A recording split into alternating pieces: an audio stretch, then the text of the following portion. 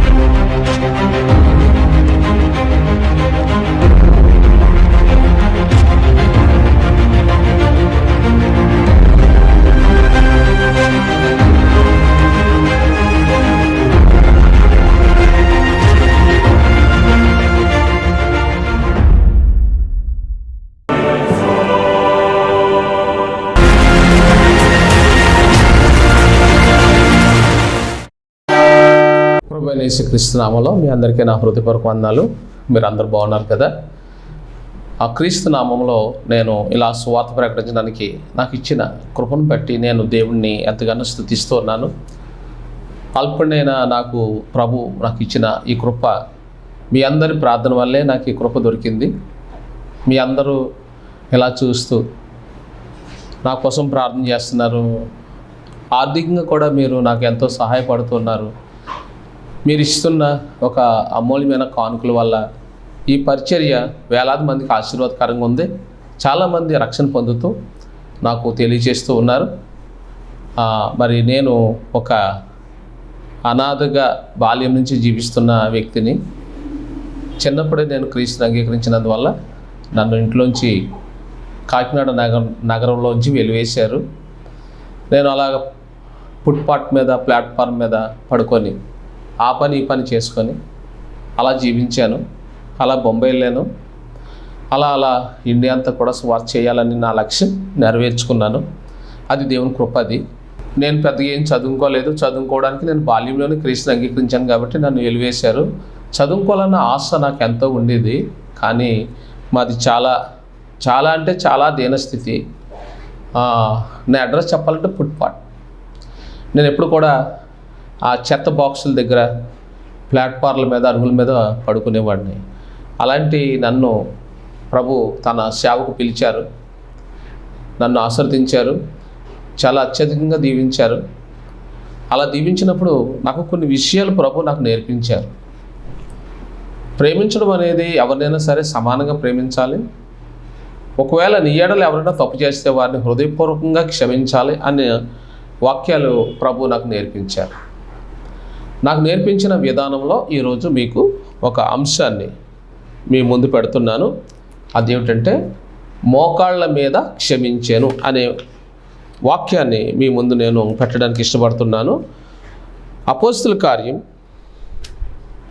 7వ అధ్యాయము 58వ వచనం. పట్టణపు వెలుపలకు అతన్ని వెళ్ళగొట్టి రాళ్ళు రువి చంపిరి. సాక్షులు సౌలు అన్న ఒక యువకుని పాదముల యొద్ద తమ వస్త్రమును పెట్టిరి. ప్రభువును గూర్చి మొరపెట్టుచు, యేసు ప్రభువా, నా ఆత్మను చేర్చుకొనుమని స్తెఫను పలుకుచుండగా వారు అతనిని రాళ్లతో కొట్టిరి. అతడు మోకాళ్ళుని, ప్రభువా, వారి మీద ఈ పాపము మోపకమని గొప్ప శబ్దంతో పలిగాను. ఈ మాట పలికి నిద్రించాను. సౌలు అతని చావునకు సమ్మతించాను. బైబిల్ గ్రంథంలోనే చాలా అద్భుతమైన వాక్యాన్ని మనం ఈరోజు నేర్చుకోబోతున్నాం. స్తెఫను మంచి యువకుడు. సంఘాల్లో చాలామందికి పెద్దలు ఉంటారు. యేసుప్రభు టీంలో కూడా పెద్దలు ఉన్నారు. 12 మంది శిష్యులే పెద్దలు.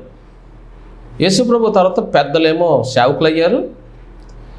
12 మంది కూడా అందులో ఒకడు అప్పగించాడు, మళ్ళీ ఇంకొక వ్యక్తిని చేర్చారు. ఈ 12 మంది కూడా యావత్ ప్రపంచానికి సువార్త ప్రకటించారు. అలా ప్రకటించే నేపథ్యంలో వాళ్ళ ప్రాణాలు కూడా కోల్పోయారు. అలాంటి సందర్భంలో ఆనాడు సంఘాలకి పెద్దలను వేయడం అనేది ఆనవాయితీగా ఉండేది. ఈనాడు కూడా సంఘాల్లో పెద్దలు అనేవారు ఉన్నారు. కానీ ఆ పెద్దలు ఏం చేస్తున్నారు అనేది ఈరోజు మనం తెలుసుకోవాలి. పెద్దలు అనే పేరులో ఎవరిని పడితే వారిని పెద్దలుగా సంఘంలో పెట్టేస్తుంటారు. పెట్టకూడదు, అది చాలా పాపం. అది పెద్దలు అనే దర్శకుల్లో మొదటి వ్యక్తి పేరే స్తెఫన్. ఆనాటి పెంతెకొస్తు సంఘంలో 7 పెద్దలను నియమించారు. ఆ 7 పెద్దల్లో ఒకడు స్తెఫను. ఎలాంటి వాడంటే సువార్త నమ్మకంగా చేసేవాడు. అద్భుతాలు కూడా జరిగి పరిచయం చేసేవాడు. మందిరాన్ని శుభ్రం చేయడంలో, వచ్చే వాళ్ళకి ఆతిథ్యం ఇవ్వడంలో, అందరినీ సమానంగా చూసే మంచి సత్హృదయం కలిగిన వాడు ఈ స్తెఫన్. అందరినీ సమానంగా చూసేవాడు, అందరినీ ప్రేమించేవాడు. అక్కడితో ఆగిపోకుండా ఆత్మలు కూడా సంపాదించి సంఘంలో చేర్చేవాడు. ఎవరైనా కానీ సంఘానికి రాలేదనుకోండి, స్తెఫను వారిని హెచ్చరించి సంఘాన్ని తీసుకొచ్చేవాడు. ఎవరైనా ఆకలితో ఉన్నారనుకోండి, వాళ్ళకి అన్నం పెట్టేవాడు. సంఘాన్ని రూపుదిద్దడంలో చాలా చక్కగా తన కర్తవ్యాన్ని నిర్వర్తించేవాడు. ఇక ఎప్పుడు కూడా దైవజనులు చెప్పే ప్రతి మాట వినేవాడు, లోబడి ఉండేవాడు. దశంభాగం విషయంలో కూడా నమ్మకంగా ఉండేవాడు. ఒక పరిచారకుడు ఎప్పుడైతే నమ్మకంగా ఉంటాడో అతనిని ఆ దినాల్లో సంఘ పెద్దగా పెట్టేవారు. ఈనాడైతే సంఘ పెద్దలుగా ఉన్నవాళ్ళు ఏం చేస్తారంటే ఆ సంఘం దగ్గరే కూర్చొని ఉంటారు. సువార్త ప్రకటించరు, ఆత్మలు సంపాదించరు. వాళ్ళు చేసే పరిచర్య మళ్ళీ ఇంకొకరితో చేపిస్తుంటారు. మరి ఇవన్నీ కూడా చాలా తప్పు అన్నమాట. ఈనాడు గ్రామంలో ఉన్న పెద్దల్ని సంఘ పెద్దలుగా పెట్టకూడదు. అలా పెడితే అది చాలా పాపం. సంఘ పెద్దలు వేరు, గ్రామ పెద్దలు వేరు. మీలో ఎవడైనా రోగి ఉన్నాడా? అతడికి సంఘ పెద్దల్లో ఒకరిని పిలిపించి అతని కొరకు ప్రార్థన చేయవలను. సంఘ పెద్దల్లో అంటే అతను కూడా సేవకుడు తర్వాత సేవకుడు. సేవకుని కంటే ఎక్కువ బాధ్యత వహించిన వాడే సంఘ పెద్ద. సేవకుడి కంటే ఎక్కువ పని చేయాలి. సేవకుడు ప్రార్థిస్తాడు, వాక్యం ప్రకటిస్తాడు, సంఘంలో ప్రకటిస్తాడు, వెలుపల కూడా ప్రకటిస్తాడు, సువార్త ప్రకటిస్తాడు, సంఘంలో ఉపదేశాన్ని ప్రకటిస్తాడు, ప్రార్థనలు కూడా నమ్మకంగా ఉంటాడు. కానీ సంఘ పెద్దలు అనేవాళ్ళు అంతకుమించి చెయ్యాలి. వీళ్ళు సంఘంలో తప్ప వెలుపల వారిని దేవుళ్ళలోకి నడిపించాలి, రోగుల కొరకు ప్రార్థన చేయాలి. ఇప్పుడు సంఘ పెద్దలు నూనె రాసి ప్రార్థించే స్థాయిలో లేరు, చేయకూడదు. ఎందుకనంటే వీళ్ళు సువార్త ప్రకటించరు, ఆత్మను సంపాదించరు, హెచ్చరించరు, శుద్ధ హృదయం లేదు. వీళ్ళు ఎప్పుడు కూడా కూర్చొని పెత్తనం చెలాయిస్తారు. కాబట్టి వీళ్ళు సంఘ పెద్దలు కాదు. పెత్తనం చెలాయించే వాళ్ళు సంఘ పెద్దలు కాదు. పరిచర్య చేసి దైవజనులకు లోబడి ఉంటారు. దైవజనులు ఏదైతే చెప్తారో అది చేసేవాళ్ళే సంఘ పెద్దలు. దైవజనుడికి వ్యతిరేకంగా నినాదాలు చేస్తారే వాళ్ళు సంఘ పెద్దలు ఎవరు? దేవుడు వారిని శపిస్తాడు. ఇక్కడ స్తెఫను ఎప్పుడు కూడా దైవజనులు వ్యతిరేకించలేదు. నమ్మకంగా ఉన్నాడు, దశంభాగం ఇచ్చేవాడు, పరిచయం చేసేవాడు, సువార్త ప్రకటించేవాడు, పరిశుద్ధాత్మ అభిషేకం కూడా అతను ఎందుకు పొందుకున్నాడంటే అతను నమ్మకంగా ఉన్నాడు. దైవజనులను ఎప్పుడు వ్యతిరేకించలేదు. వ్యతిరేకిస్తారు, అందుకనే శాపాలు కొని తెచ్చుకుంటారు. స్తెఫను మీద దేవుని ఆత్మ నిలబడి ఉంది. ఎందుకంటే అతను సంఘంలో దేవుడికి భయపడివాడుగా ఉన్నాడు, దైవజనుల మాటలకు తలదించి వినివాడుగా ఉన్నాడు, దాన్ని ఆచరించట్లో మొదటి స్థానం వహించిన వాడై ఉన్నాడు. స్తెఫనుకి ఎందుకు అంత ఆధిక్యత దేవుడు ఇచ్చినట్లు? 7గురిలో ఇతనే బలంగా ఎందుకు వాడబడినట్లు? ఇతన్నే దేవుడు బలమైన పాత్రగా ఎందుకు వాడుకున్నాడు? ఇతను ప్రార్థన చేస్తే ఆకాశం ఎందుకు తెరవబడింది? ఇతను ప్రార్థన చేస్తేనే దేవుడు కూర్చున్న తండ్రి ప్రభు అయిన క్రీస్తు లేచి నిలబడి స్వానుభూతిని ఎందుకు చూపిస్తున్నాడు? ఎందుకు మౌనం వహించాడంటే 7గురిలో స్తెఫనుకు ఉన్నంత ప్రాముఖ్యత మిగతా 6గురిలో లేదు. ఇతడు చాలా చురుకైన వాడు. దేవుని పనిలో, శాంతంలో, ప్రేమించడంలో, పని చేయడంలో అలసట అలుపెరగని వాడు. అంటే ఈ వ్యక్తిలో దేవుడు కోరుకున్న సద్గుణాలన్నీ ఉన్నాయి. వాక్యానుసారమైన జీవితం ఇతనిలో ఉంది. ఇతనికి క్షమించే మనసు ఉంది, ప్రేమించే మనసు ఉంది, పరిచయం చేసే మనసు ఉంది, అందరినీ ఆకట్టుకునే వాక్య చాతుర్యం కలిగి ఉన్నాడు ఇతను. అందుకనే బైబిల్లో ఒక అద్భుతమైన మాట రాయబడి ఉంటుంది. అపోస్తలుల కార్యం 6వ అధ్యాయం 15వ వచనం. సభలో కూర్చున్న వారందరూ అతని వైపు తేరి చూడగా అతని ముఖము దేవదూత ముఖము వలె వారికి కనబడాను. ఒక గొప్ప సభ అక్కడ ఉంది. ఆ సభలో ఎన్నో వేల మంది ఉన్నారు. క్రైస్తవులు ఉన్నారు, ధర్మశాస్త్ర పండితులు ఉన్నారు, ఆడియన్స్ ఉన్నారు, వివిధమైన ఎన్నో రకాల మనుషులు అక్కడ ఉన్నారు. కానీ అందరినీ మించిన పరిశుద్ధాత్మ సామర్థ్యము స్తెఫనులో కూడా ఉంది. వాళ్ళందరూ తేరి చూసినప్పుడు అతని ముఖం ఎలా కనబడుతుంది? దేవదూత ముఖము వలె. అంటే ఎందుకు అలా కనబడుతుంది? అతనిలో ఏముందంటే క్రీస్తు మనసు సంపూర్ణంగా స్తెఫనులో ఉంది. క్రీస్తులో ఉన్న ప్రేమ స్తెఫనులో ఉంది. సంఘంలో ఉన్న పెద్దలారా, మీకు ఒక హెచ్చరిక. స్తెఫను లాంటి మనసు నీకు ఉండాలి. స్తెఫను వలె మాదిరి నీకు ఉండాలి. నువ్వు కొత్తగా వస్తున్నావా, లేక సంఘంలో కొత్తగా చేరావా, లేక సంఘ పెద్దగా ఉంటున్నావా? మంచిది. నువ్వు విశ్వాసమైన సంఘ పెద్దవైనా నీకు ఈ విషయాలు నువ్వు తెలుసుకోవాలి. 1, వాక్యాన్ని బాగా చదవాలి. 2, దాన్ని నువ్వు ప్రకటించాలి. 3, ప్రార్థించాలి. 4, ఇతరుల పట్ల నీకు స్వానుభూతి ఉండాలి, ప్రేమించే మనసు ఉండాలి. హృదయపూర్వకంగా వాళ్ళను హెచ్చరించి ఆదరించే మనసు నీకు ఉండాలి. నీకు కలిగిన దాంట్లో నీకు కలిగింది దేవునికి లేని వాళ్ళకి పంచిపెట్టే మనసు నీకు ఉండాలి. అది ఉన్నప్పుడు దేవుడు నిన్ను అభిషేకిస్తాడు. దేవదూతలాగా నువ్వు ఎగిరే ఆ గొప్ప అనుభూతి నీలో కూడా కలుగుతుంది. నీ ద్వారా అద్భుతాలు కూడా జరుగుతాయి. అందుకనే ఇక్కడ ఈ వాక్యంలో చాలా స్పష్టంగా వ్రాయబడి ఉంది. ఏమనంటే వాళ్ళందరూ చూసినప్పుడు అతని ముఖం దేవదూత ముఖం వల్లే కనపడింది. అతను అబ్రహాం గురించి వివరించాడు, మోసే గురించి వివరించాడు. ఇలా వివరించుకుంటూ వాక్యాన్ని అలా గ్రంథాన్ని తెరవకుండానే ఎంతో అనర్గళంగా వాక్యం బోధించాడు. అంటే అపోస్తుల కాలంలో 7 పెద్దల్లో ఇతనుకున్నంత అనుభవం మిగతా 6 లేదనమాట. ఇతనుకున్న ఈ అనుభూతిని బట్టే పరిశుద్ధాత్ముడు అతను అభినందిస్తూ ఉన్నాడు. అంటే అతను వాక్యాన్ని కంఠోపాఠం పట్టించాడు. ఆది కాండం మొదలుకొని అతను చెప్పుకుంటే మలాకీ వరకు గ్రంథాన్ని బాగా అన్వేషించాడు, బాగా చదివాడు, బట్టి పట్టాడు. అతను చదివిన దాంట్లో అతడు నేర్చుకున్నది 2 విషయాలు. ఒకటి, ప్రేమించడం, దేవుణ్ణి హృదయపూర్వకంగా ఆరాధించడం. 2, తనను వలె తన పొరుగు వారిని ప్రేమించడం లేక క్షమించడం.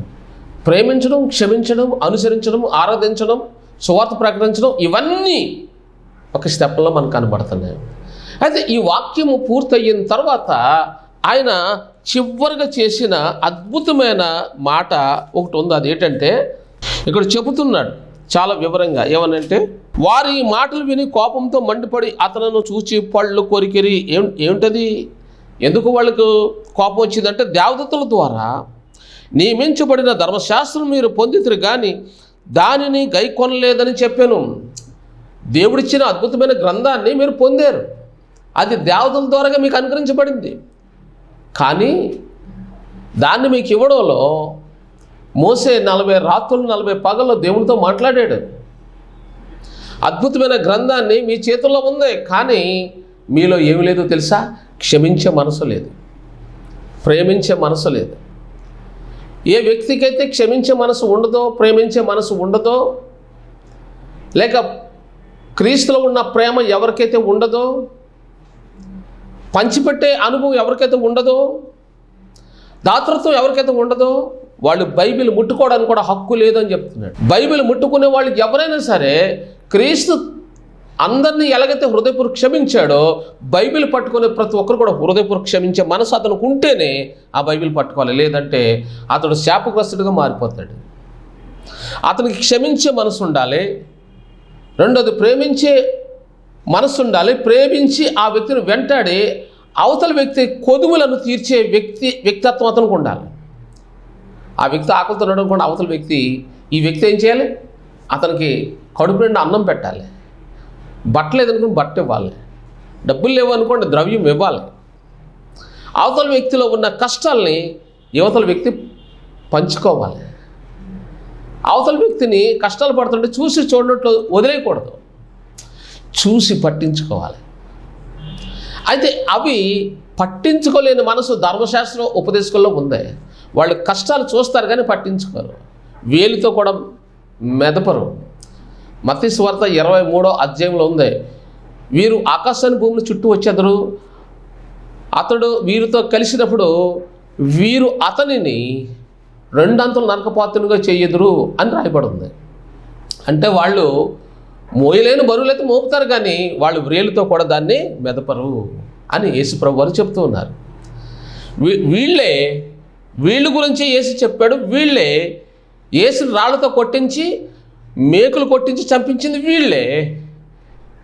ఏ రాయి అయితే యేసుకు తగిలాయో అదే రాళ్ళు వాళ్ళ మధ్యన ఇప్పుడు ఉన్నాయి. అదే రాళ్ళ మధ్యన ఇక్కడ స్తెఫను వాక్యం చెప్పేటప్పటికీ యేసును ఏ రాళ్ళతో అయితే కొట్టారో అదే రాళ్ళు తిరిగి తీసి స్తెఫన్ని కొట్టడానికి ప్రారంభించారు.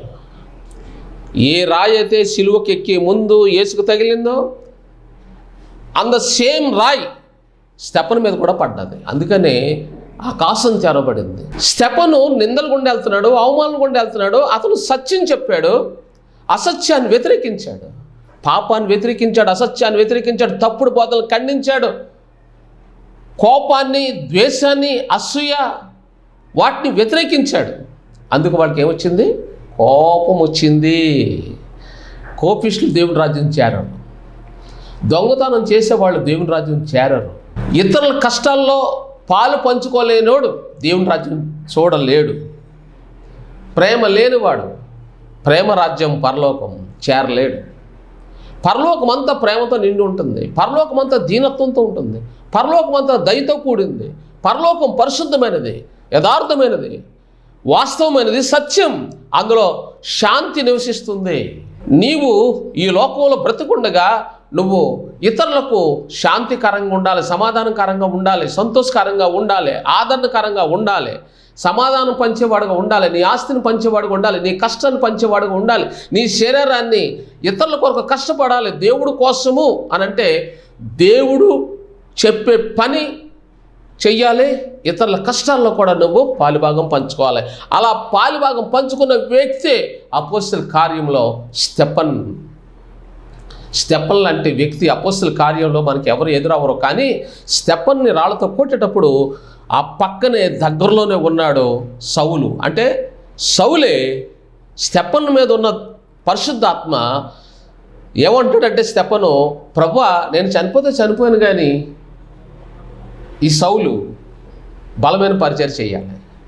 నేను చనిపోయినా పర్వాలేదు, కానీ ఈ సౌలు పౌలుగా మారాలి, మకుటం లేదు మహారాజుగా మారాలి, బలమైన పాత్రగా మార్చబడాలి, ఉప్పు ఉన్న గొప్ప పాత్రగా మార్చబడాలి, బలమైన పరిచయం ఈ వ్యక్తి చెయ్యాలి అన్న తలంపులు స్టెఫన్లో ఉంటాయి. స్టెఫను ఒకవైపునే నిందించబడుతున్నాడు, ద్వేషింపబడుతున్నాడు, రాళ్ళతో కొట్టబడుతూ ఉన్నాడు. కానీ అతను చనిపోయే ముందు ఖచ్చితంగా సౌలు మారు మనసు పొందాలి, సౌలు సంఘ నాయకుడు అవ్వాలి, సౌలు బలమైన పాత్రగా వాడబడాలి, సౌలు బలమైన అభిషేకంతో నింపబడాలి, సౌలు నాకంటే గొప్ప పనివాడుగా దేవుడు అతన్ని వాడుకొనుగా కానీ తన అంతరాత్మలో ప్రార్థన చేసి ఉండవచ్చు. అందుకనే ఎప్పుడైతే ఆ రాళ్ళు స్టెఫన్కి తగులుతూ ఉన్నాయో అతను వెంటనే ఏమయ్యాడు తెలుసా అండి? మోకరించి క్షమించడం మొదలుపెట్టాడు. యేసయ్య శిలువలో బాధల్లో ఉండి సిలువ వేసిన వాళ్ళని క్షమించాడు, రాళ్ళతో కొట్టిన వాళ్ళని క్షమించాడు, మొక్క మీద ఉమ్ము వేసిన వాళ్ళని క్షమించాడు. తప్పు చేసావన్నారు, నీతిమంతుడినే తప్పు చేసావన్నారు. ఆయన నేను ఎక్కడ తప్పు చేశానని అడగలేదు, కానీ వాడిని క్షమించాడు, వాడిని దయగా చూశాడు, వాడిని ప్రేమించాడు. యేసు సిలువలో క్షమిస్తే ఇప్పుడు స్టెఫన్ మోకాళ్ళ మీద క్షమిస్తున్నాడు. ఈ రెండు డిఫరెంట్. ఆదికాండలో యోసేపు మీద నేరం మోపిన 10 మంది అన్యుల్ని క్షమించాడు, మర్చిపోయాడు. పోతిఫర్ భార్య తప్పు అతని మీద మోపింది, క్షమించి మర్చిపోయాడు. చెరలోకి వెళ్ళాడు, ఒక వ్యక్తి వచ్చి ఎప్పుడు కొడుతూ ఉండేవాడు, హింసించేవాడు. నువ్వు తప్పు చేసేటప్పుడు చెర అనిపిస్తున్నాను కొట్టినప్పుడు కూడా లేదయ్యా నేనేం చేయలేదయ్యా, నేను నిరపరాధి అని కూడా అనలేదు. ఆ నిందలు అలా ఎదుర్కొంటూనే ఉన్నాడు. కానీ అన్నలు క్షమించాడు, పోతిఫర్ భార్యని క్షమించాడు, కొట్టినోడు క్షమించాడు. అందరినీ ఒకరి తర్వాత ఒకరు మొక్క మీద ఉమ్మేసిన వాళ్ళు ఉన్నారు, నిందించిన వాళ్ళు ఉన్నారు, ద్వేషించిన వాళ్ళు ఉన్నారు. యోసేపుకి ఎవడన్నా ఏదైనా పెట్టడానికి వచ్చేవాడని కూడా మొక్క మీద ఉమ్మేసేవారు. యోసేపును దారుణంగా హింసించారు. ఒక రకమైన మనుషులు కాదు, ఎన్నో రకాల మనుషులు అతన్ని హింసకు గురి చేశారు. అయితే ప్రతి దినము ఆ హింసకులను క్షమించి మర్చిపోయే గుణము యోసేపులో ఉండబట్టి అతను ఐగుప్తు రాజధానికి ప్రధానమంత్రిగా మారిపోయాడు. మన జీవితంలో ఒక వ్యక్తిని క్షమించలేము. క్షమించే మనసు ఎవరికైతే ఉంటుందో, ఎవరైతే నీ పట్ల తప్పు చేశారో ఆ తప్పు చేసే వ్యక్తిని క్షమించి ప్రేమించి ఆ వ్యక్తిని వెంటాడి ఆ బిడ్డను హృదయపూర్వకంగా నువ్వు ప్రేమిస్తే అవతల వ్యక్తి నీ మీద నింద వేశాడు కదా, తప్పు తెలుసుకొని పశ్చాత్తాపడతాడు. అర్రే అనవసరంగా నేను ఈ వ్యక్తి మీద నింద వేయకుండా ఉండవలసింది, వేసాను, నాదే తప్పు అయిపోయింది అని ఒప్పుకుంటాడు అవతల వ్యక్తి. నిజంగా ఈ వాక్యం చదివినప్పుడు నా కళ్ళలోంచి కన్నీళ్ళు వచ్చాయి. ఎందుకనంటే 10 ఏళ్ళు నిండని నా మీద కూడా నిందలు వేశారు. నా చిన్నప్పుడు కొట్టారు, జైల్లో పెట్టారు, కొట్టారు. బొంబాయి వెళ్ళాక 84లో అక్కడ కొట్టి జైల్లో పెట్టారు. సేవకు వచ్చాను సంపూర్ణంగా, ఇక్కడ కొట్టి జైల్లో వేశారు. నిజంగా నన్ను ఎప్పటికీ కూడా ఒక దొంగ అనే ముద్ర నా మీద ఉంది. పాస్టర్లు కూడా నన్ను దొంగ అంటారు. నేను చాలా అదృష్టవంతుడిని అని అంటాను. ఎందుకంటే నేను బైబిల్ పట్టుకొని మాట్లాడుతున్నాను, నాకు పెట్టే గుణం ఉంది కానీ దొంగతనం చేసే అలవాటు లేదు. నేను ఎందుకు దొంగతనం చేయాలి? నేను సేవకు వచ్చినప్పుడే కోట్లాది ఆస్తిని వదిలేశాను, డబ్బు వదిలేశాను, నా బట్ట వదిలేశాను, నాకున్న ఆస్తి అంతస్తులు ఉద్యోగం అన్నీ వదిలేశాను. ఇప్పుడు నాకు డబ్బే వద్దు అనుకున్నప్పుడు నాకు డబ్బు కోసం 1000 కోసం 2000 కోసం ఎందుకు అబద్ధం ఆడాలి? నాకు ఆకలేస్తుంది అనుకోండి, మీలాంటి వాళ్ళని అడుగుతాను, అయ్యా చిన్న కానుక పంపుతారా, మీ పేరు మీద నేను ఫోన్ చేస్తానని అంటాను, అడుగుతాను. నేను చాలామంది ఫోన్ చేసి, అయ్యా పేదలు ఉన్నారు మా దగ్గర, బట్టలు పంచిపెట్టాలనుకుంటున్నాను, మీరు ఏమైనా చిన్న కానుక పంపుతారంటే, మరి నాకు తరచుగా సహాయపడేవాళ్ళు 3 ఉన్నారు. హైదరాబాద్లో విజయ్ కుటుంబం, వాళ్ళు ఇప్పుడు 5000 ఇస్తారు లేని వాళ్ళకి బట్టలు పంచిపెట్టాలంటే.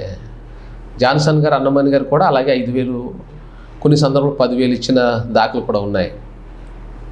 ఇక పిఎస్ఎన్ మాస్టర్ గారు రాజోల నుంచి, వారు కూడా 5,000, 6,000 ఇస్తుంటారు. లేని వాళ్ళు అని చెప్పేటప్పుడు చాలామంది ఉంటారు కానీ స్పందించరు. కానీ ఈ ముగ్గురితో పాటు ఈ మధ్యన బాబీ గారు బొంబాయిలో రైల్వేలో ఉంటారు, ఆయన ఈ మధ్యన మన ఆంధ్రప్రదేశ్కి వచ్చారు, ఆయన కూడా స్పందిస్తుంటారు.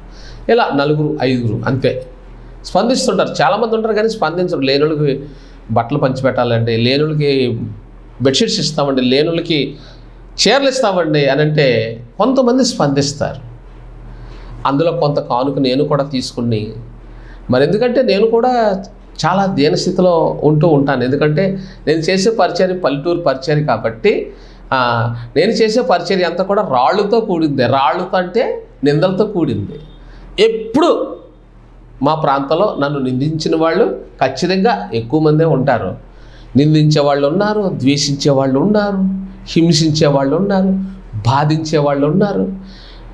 ఇక దశమ భాగానికి వస్తే 95 మంది ఇవ్వరు, ఒక 2 లేదా 3 అంతే, అది కూడా కొంచెమే. కాబట్టి చాలా దీన పరిచర్య, హింసతో కూడింది, కష్టాలతో కూడింది, ఆర్థిక ఇబ్బందితో కూడిన ఈ పరిచర్యను నేను అలా ముందుకెళ్ళడానికి ప్రభు అయిన క్రీస్తు నాకు సహాయం చేస్తున్నారు. ఆయనకి నేను ఎంతో రుణపడి ఉంటాను. ప్రియులారా, ఇక్కడ స్టెఫను వీళ్ళని చూసి ఏమంటాడంటే, మీరు ధర్మశాస్త్రం అంటే బైబిల్ అయితే మీ దగ్గర ఉంది, వాక్యం అయితే చదువుతున్నారు, కానీ మీ దగ్గర ఏం లేదు తెలుసా? ప్రేమ లేదు, దాతృత్వం లేదు, పంచిపెట్టే గుణం లేదు, దశమ భాగం ఇచ్చే గుణం లేదు, లేనివాడు ఆకలిని గుర్తించే మనసు లేదు, పేదవాడు బాధపడుతుంటే చూస్తావే కానీ నువ్వు సహాయం చేసే గుణం నీకు లేదు. కాబట్టి మీరు ముస్కర్లు. మాట చూడండి, ఇక్కడ ఏమంటాడంటే, మీరు అన్నీ పొందుకున్నారు కానీ మీరు ఎలా కొన్నారో తెలుసా? దేవదూతల ద్వారా నియమించబడిన ధర్మశాస్త్రం మీరు పొందుతారు, దానిని గై కొనలేదని చెప్పాను. వారి మాటలు విని కోపంతో మండిపడి, అంటే వాక్యం చెప్పినంత సేపు బాగానే విన్నారు, ఎప్పుడైతే వాళ్ళ పాపాన్ని బయటకు తెచ్చి నువ్వు త్రాగుబోతు అన్నప్పుడు త్రాగుబోతు కోపం వచ్చి,